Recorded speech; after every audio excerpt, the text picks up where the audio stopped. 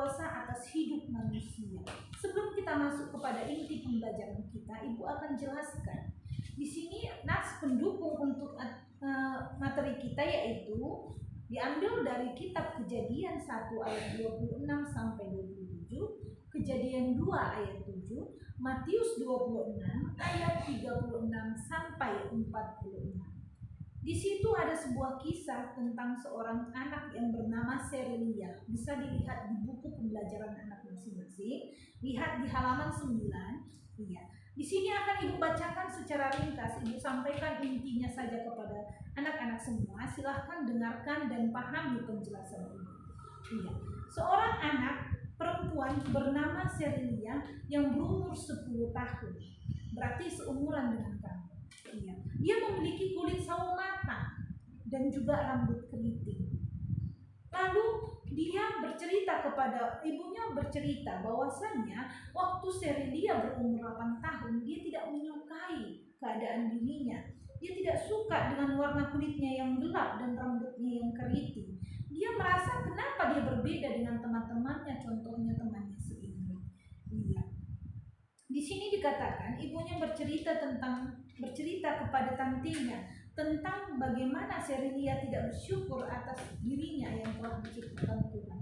Lalu pada sore hari Sabtu itu, Tante Frista datang berkunjung ke rumah Serelia. Lalu Serelia sangat senang sekali. Dia menceritakan kepada teman-temannya di sekolahnya. Iya. Dan dia bercerita tentang teman-teman di sekolahnya kepada tantenya. Dan tantenya menggunakan kesempatan itu untuk bercerita, menasihati Serelia tentang warna kulit dan rambut keritingnya itu. Iya. Tante Prista menjelaskan bahwa dengan warna dan rambut yang seperti itu membuat Serelia berbeda dengan teman-teman lainnya, bahkan dengan teman sepupunya si Ingrid. Nah, karena apa? Karena Serelia itu unik. Serelia mendapatkan penjelasan panjang tentang betapa dia harus bersyukur memiliki rambut yang keriting dan warna kulit yang sawo matang. Itu merupakan satu yang unik, yang indah pemberian Tuhan. Serelia pun menyadari bahwa dia harus bersyukur karena memiliki warna kulit dan rambut yang seperti itu. Iya. Sekarang Ibu mau bertanya dari cerita tersebut. Pernahkah kamu mengalami hal yang sama seperti yang dialami Serelia? Pernahkah kamu tidak merasa bersyukur atas apa yang telah Tuhan berikan ke dalam hidupmu? Iya. Coba sebutkan salah satu bagian tubuhmu yang tidak kamu sukai. Mengapa kamu tidak menyukainya? Coba ini diceritakan kepada temannya dan selanjutnya dituangkan ke dalam bentuk tulisan. Iya. Di sini dikatakan Allah menciptakan manusia segambar dan serupa dengan Allah. Berarti manusia itu adalah gambaran daripada Allah. Di sini dikatakan Allah menciptakan manusia menggunakan tangannya sendiri. Allah membentuk manusia dari debu dan tanah, lalu menghembuskan napas kehidupan sehingga manusia menjadi makhluk yang hidup.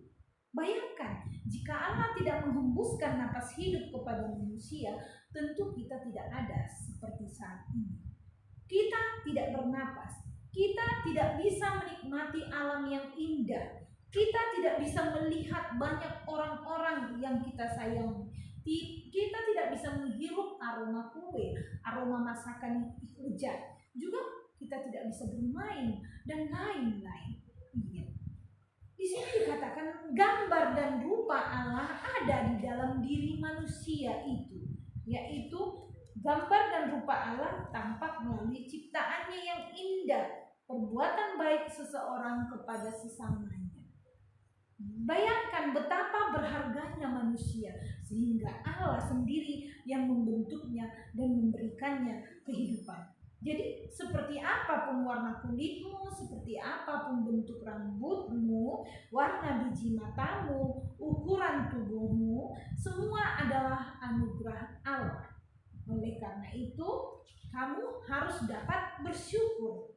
Kamu harus dapat bersyukur. Iya. Lalu di sini dikatakan ketika Ibu ceritakan pengalaman Yesus ketika Yesus merasa sedih, ketika Yesus merasa takut. Namun Yesus tetap melakukan apa yang dikehendaki oleh Tuhan. Pernahkah mendengar kisah Yesus menangis? Iya, Yesus itu manusia biasa, sama seperti kita. Dia bisa merasa menangis, bisa merasa sedih, dan dia bisa merasa takut. Tetapi walaupun dia menangis, walaupun dia sedih, dia tetap harus melakukan kehendak Bapa yang di surga. Iya.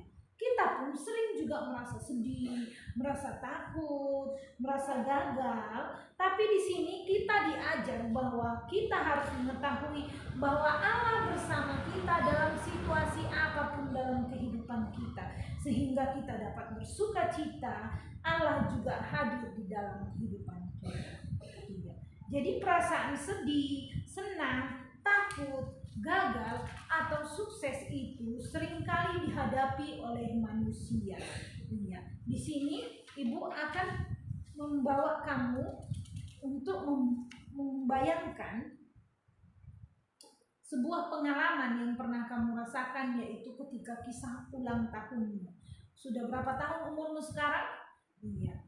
Di sini coba kamu tuangkan sebuah tulisan tentang pengalamanmu ketika kamu merayakan ulang tahunmu. Tulislah pengalamanmu yang berulang tahun itu dan tunjukkan bagaimana cara Allah mengasihimu di dalam tulisanmu tersebut. Iya, itu kegiatan yang akan kita lakukan. Lalu ibu mau tanya, pernahkah engkau merasakan takut? Pasti pernah.